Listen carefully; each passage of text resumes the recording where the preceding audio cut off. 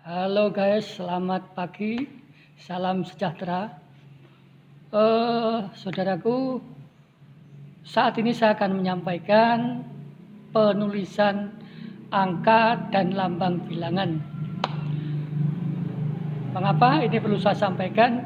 Karena selama ini saya melihat tulisan-tulisan di luar kwitansi itu kebanyakan masih salah dalam menuliskan angka dan lambang bilangan. Oleh karena maka pada kesempatan ini saya akan menyampaikan bagaimana cara menuliskan angka dan lambang bilangan yang benar. Oke, saudaraku, saya mulai. Angka dipakai untuk menyatakan lambang bilangan atau nomor. Di dalam tulisan lazim digunakan angka Arab atau angka Romawi. Jadi kalau angka Arabnya, angka seperti harian biasa itu kosong, ya lambangnya seperti itu, 0, ya 1, 2, 3, 4, 5, 6, 7, 8, 9. Ini angkanya 1 sampai 9 dan 0.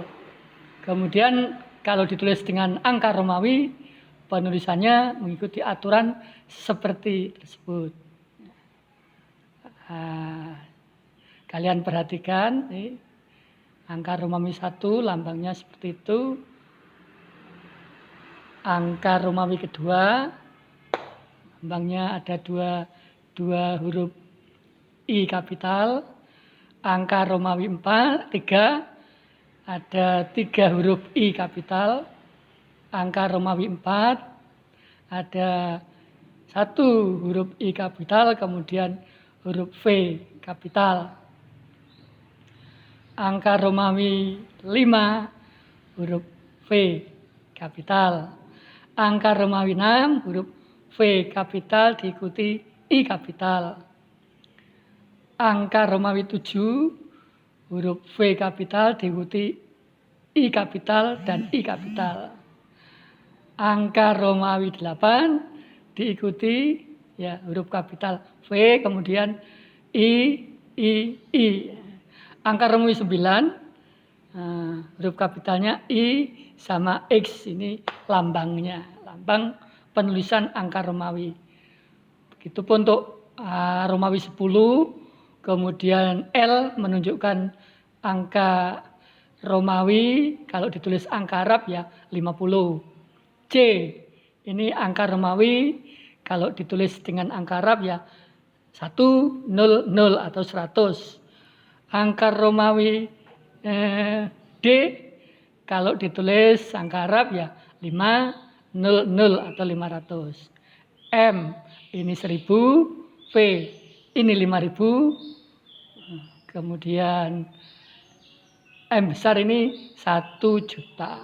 Oke. Itulah tadi tentang angka Arab dan angka Romawi. Kemudian yang kedua, angka digunakan untuk menyatakan 1. Ukuran panjang, 2. bobot, 3. luas, 4. dan isi. Yang kedua, digunakan untuk menyatakan satuan waktu. Dan yang ketiga, digunakan untuk menyatakan nilai uang. Terakhir, keempat, digunakan untuk menyatakan kuantitas, jumlah. Contoh 0,5 cm. Penulisannya seperti itu. 5 kg, 4 km persegi, 10 liter, 5.000 rupiah, 5 US dollar ya. Kemudian ya, dan seterusnya. Kemudian 1 jam 20 menit, pukul 15.00, artinya pukul 3 siang. Tahun 1928. Oke. Ya, dan seterusnya. Itu contoh penulisan aturan nomor 2. Selanjutnya, aturan nomor 3. Angka lazim dipakai untuk melambangkan nomor jalan, rumah, apartemen, atau kamar pada alamat. Misalnya, Jalan Tanah Abang 1, rumah B1 ini, nomor N0.15. Nah, ini angka menunjukkan ini. Jalan Tanah Abang 1 atau Jalan Tanah Abang pertama, nomor 15. Atau kalau dibaca Jalan Tanah Abang ke-1, nomor 15. Artinya di sana ada Jalan Tanah Abang kedua, ada Jalan Tanah Abang ketiga, dan seterusnya. Kemudian Hotel Indonesia, kamar 169. Artinya Hotel Indonesia, kamar nomor 169. Ini aturan yang ketiga. Selanjutnya aturan yang keempat. Angka digunakan juga untuk menomori bagian karangan dan ayat kitab suci. Cara penulisannya seperti itu. Bab ke-10, pasal 5, halaman 252. Di sana ada angka Romawi, membacanya yang benar ke-10. Nanti ada aturan tersendiri. Oke. Kemudian surah Yasin titik 2 ayat ke-9. Surat Yasin ayat 9. Baik, saudaraku, kita lanjutkan aturan yang kelima. Penulisan lambang bilangan dengan huruf dilakukan sebagai berikut. Bilangan utuh, misalnya 12, ini ditulis 1, 2. 22 ditulis 2, 2. 222 ditulis 2, 2, 2. Tentang kata, penulisannya seperti yang sebelah kiri ini, penulisan kata. 12 dipisah, 22 dipisah, 222, masing-masing kata terpisah. Penulisan lambang bilangannya ada di sebelah kanan. Oke, mudah-mudahan paham. Oke, lanjut. Aturan nomor 6. Nah, ini penulisan yang sering kita jumpai. Penulisan yang salah ini. Di tulisan-tulisan, baik itu oleh anak-anak muda maupun sebagian kalangan tua. Oke. Karena mungkin belum pernah mendapatkan ini teori seperti ini. Oke. Penulisan lambang bilangan tingkat dapat dilakukan dengan cara yang berikut. Jadi, lambang bilangan tingkat itu kalau dituliskan dengan angka Romawi tadi. Jadi misalnya di sana ada Paku Buwono ke-10. Nah, itu di situ ditulis Paku Buwono X besar. Kalau dibaca, bacaannya Paku Buwono ke-10. Nah, ini kalau ditulis angka Romawi. Kalau ditulis angka Arab, maka menggunakan kata ke lalu diberi tanda hubung. Nah, Paku Buwono ke tanda hubung angka Arab 10. Kalau dibaca Paku Buwono ke-10. Berikut. Kalau ditulis dengan huruf semuanya, maka menjadi Paku Buwono ke-10. Ini dalam satu rangkaian. Ya. Ke-10. Oke, contoh lain di bawahnya bab kedua. Ini kita baca begitu. Yang bawahnya bab kedua. Bawahnya lagi bab kedua. Oke, lihat ke sebelah kanannya. Sebelah kanan. Abad ke-20. Ini cara membacanya seperti itu. Kalau dituliskan angka Romawi ya, abad, lalu X huruf besar semua. Kalau dibaca abad ke-20. Kalau dituliskan dengan angka Arab, di tengah itu abad ke-20.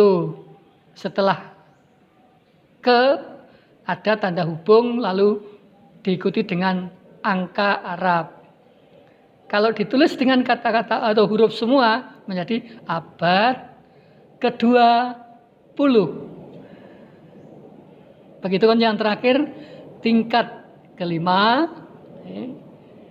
ditulis tingkat ke tanda hubung 5, ditulis dengan huruf semua tingkat kelima. Oke, jelas saudaraku? Oke, baik. Mudah-mudahan sangat jelas. Aturan yang ke-7. Penulisan lambang bilangan yang mendapat akhiran an mengikuti cara yang berikut.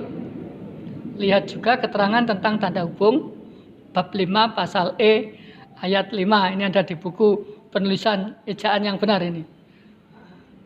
Baik, penulisan lambang bilangan yang mendapat akhiran an mengikuti cara berikut. Jika angka tersebut dituliskan, maka an-nya diberi tanda hubung. Tapi jika bilangan tersebut ditulis dengan huruf bukan angka, maka an-nya dirangkaikan.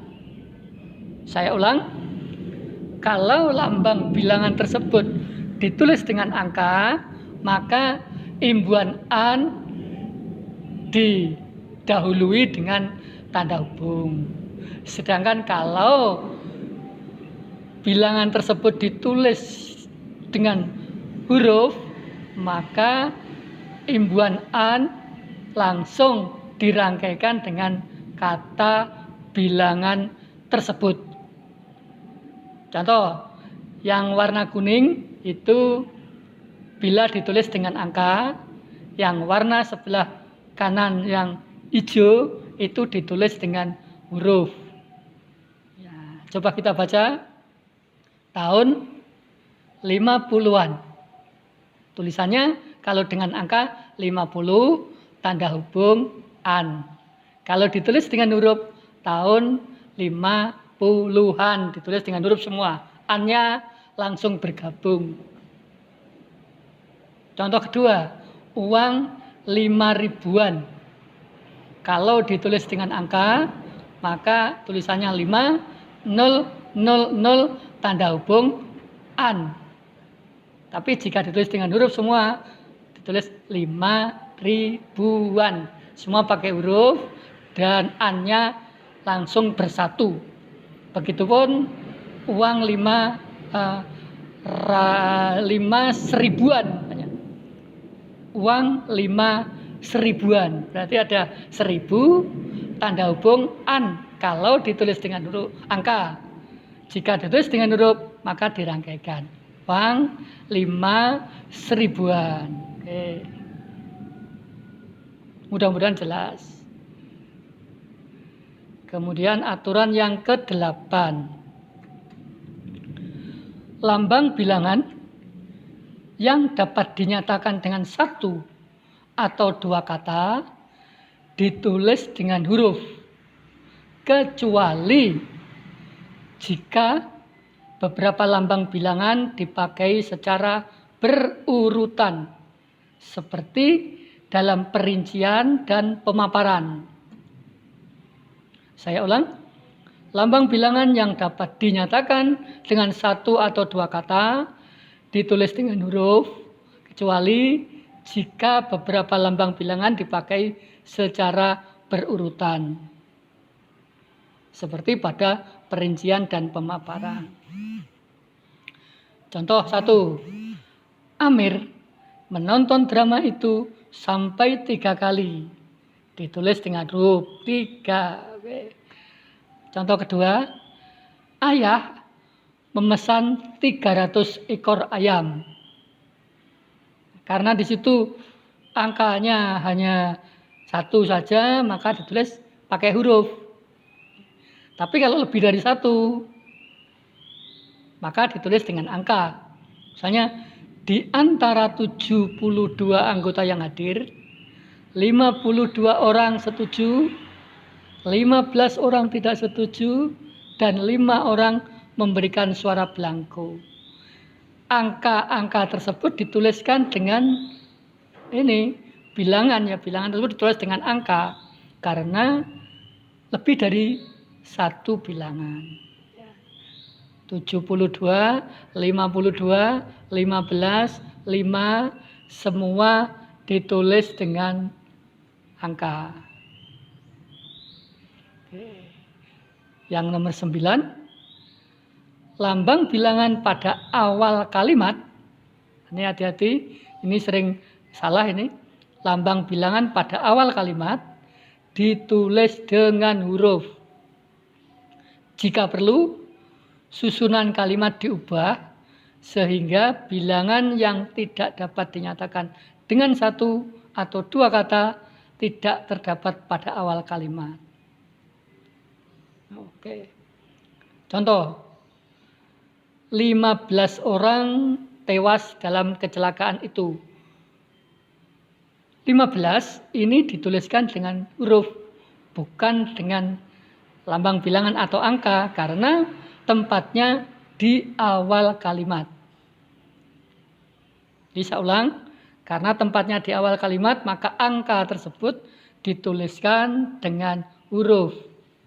15 orang tewas dalam kecelakaan itu. Bagaimana dengan yang terdiri dari lebih dari 2 kata? Misal 250. Ini kan 250 ada 4 kata. Maka susunannya dibalik. Tidak harus ditempatkan di depan. Misalnya Pak Darmo mengundang 250 orang tamu. Supaya bisa dituliskan lebih ringkas. Angka 250 orang tamu. Tidak boleh ditulis dengan kata-kata di depan 250. Tidak boleh, karena itu susunannya harus dibalik. Ditulis dengan angka, namun diletakkan di tengah. Pak Darmo mengundang 250 orang tamu. Begitu. Nah, ini. Jadi ini bukan ini, kalau ini 15, ini angka lambang bilangan, 15 orang tewas dalam kecelakaan itu. Ini penulisan yang salah. Contoh kedua, 250 orang tamu diundang Pak Darmo. Ditulis dengan angka. Ini juga penulisan yang salah. Kalau ditulis di depan dengan kata seperti pasal di atasnya, namun karena lebih dari 2 kata, maka tulisan nomor 3 ini juga salah. 250 orang tamu diundang Pak Darmo. Walaupun ditulis dengan huruf tapi ditempatkan di depan karena lebih dari 2 kata, maka ini juga salah. Harusnya susunannya dibalik, angkanya ditaruh di tengah. Seperti contoh ini, yang di atas. Ditulis dengan huruf yang benar. 15 orang tewas dalam kecelakaan itu.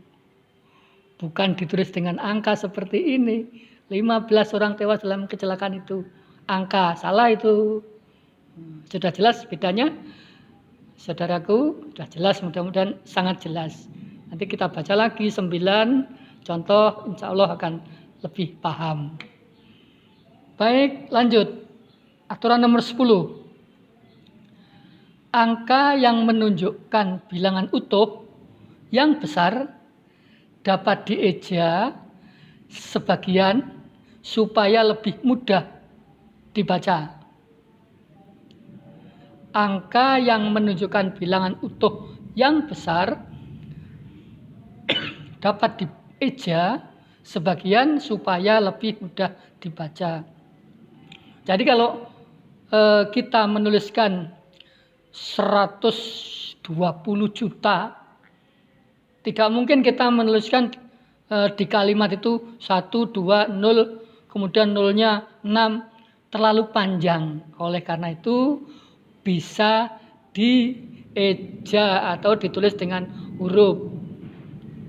Tuh.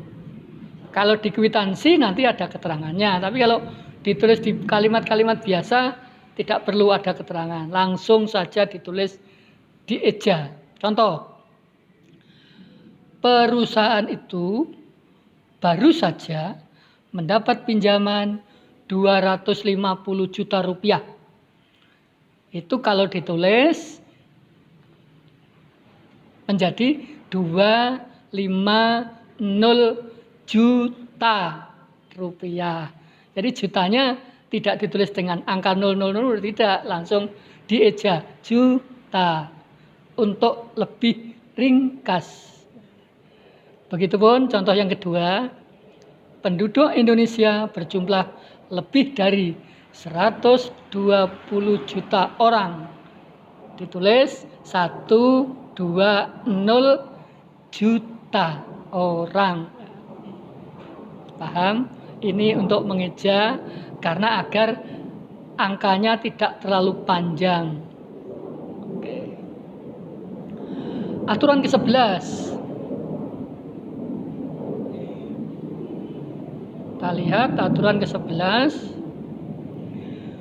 Bilangan tidak perlu ditulis dengan angka dan huruf kecuali di dalam dokumen resmi seperti akta dan kwitansi. Jadi maksudnya kalau bukan akta jual beli misalnya, atau bukan kwitansi, maka penulisan angka tidak perlu diikuti huruf. Ya, jadi bilangan tersebut langsung ditulis dengan huruf saja atau angka saja sesuai dengan aturan yang di atas tadi. Contoh, kantor kami mempunyai 20 orang pegawai. Tempatnya di tengah, bisa dibaca 20, maka langsung ditulis saja dengan kata 20. Tidak perlu ditulis dengan 20 angka 20 lalu diberi keterangan dalam kurung 2 dan 10, tidak perlu ini karena bukan pada kwitansi. Begitupun contoh nomor 2, di lemari itu tersimpan 805 buku dan majalah. Tulisannya langsung 805. Karena ini bukan kwitansi, tidak perlu ditulis dengan 805 lalu dalam kurung 805, tidak usah. Jadi yang saya blok kuning itu yang salah karena bukan penulisan di kwitansi atau akta. Oke, saudaraku, demikian penulisan lambang bilangan, angka dan huruf, mudah-mudahan bisa dipahami. Selanjutnya dalam praktik penulisan, baik itu di karya tulis atau di laporan atau di pelajaran atau lainnya, bisa lebih benar. Oke, terima kasih. Salam jumpa. Wassalamualaikum warahmatullahi wabarakatuh.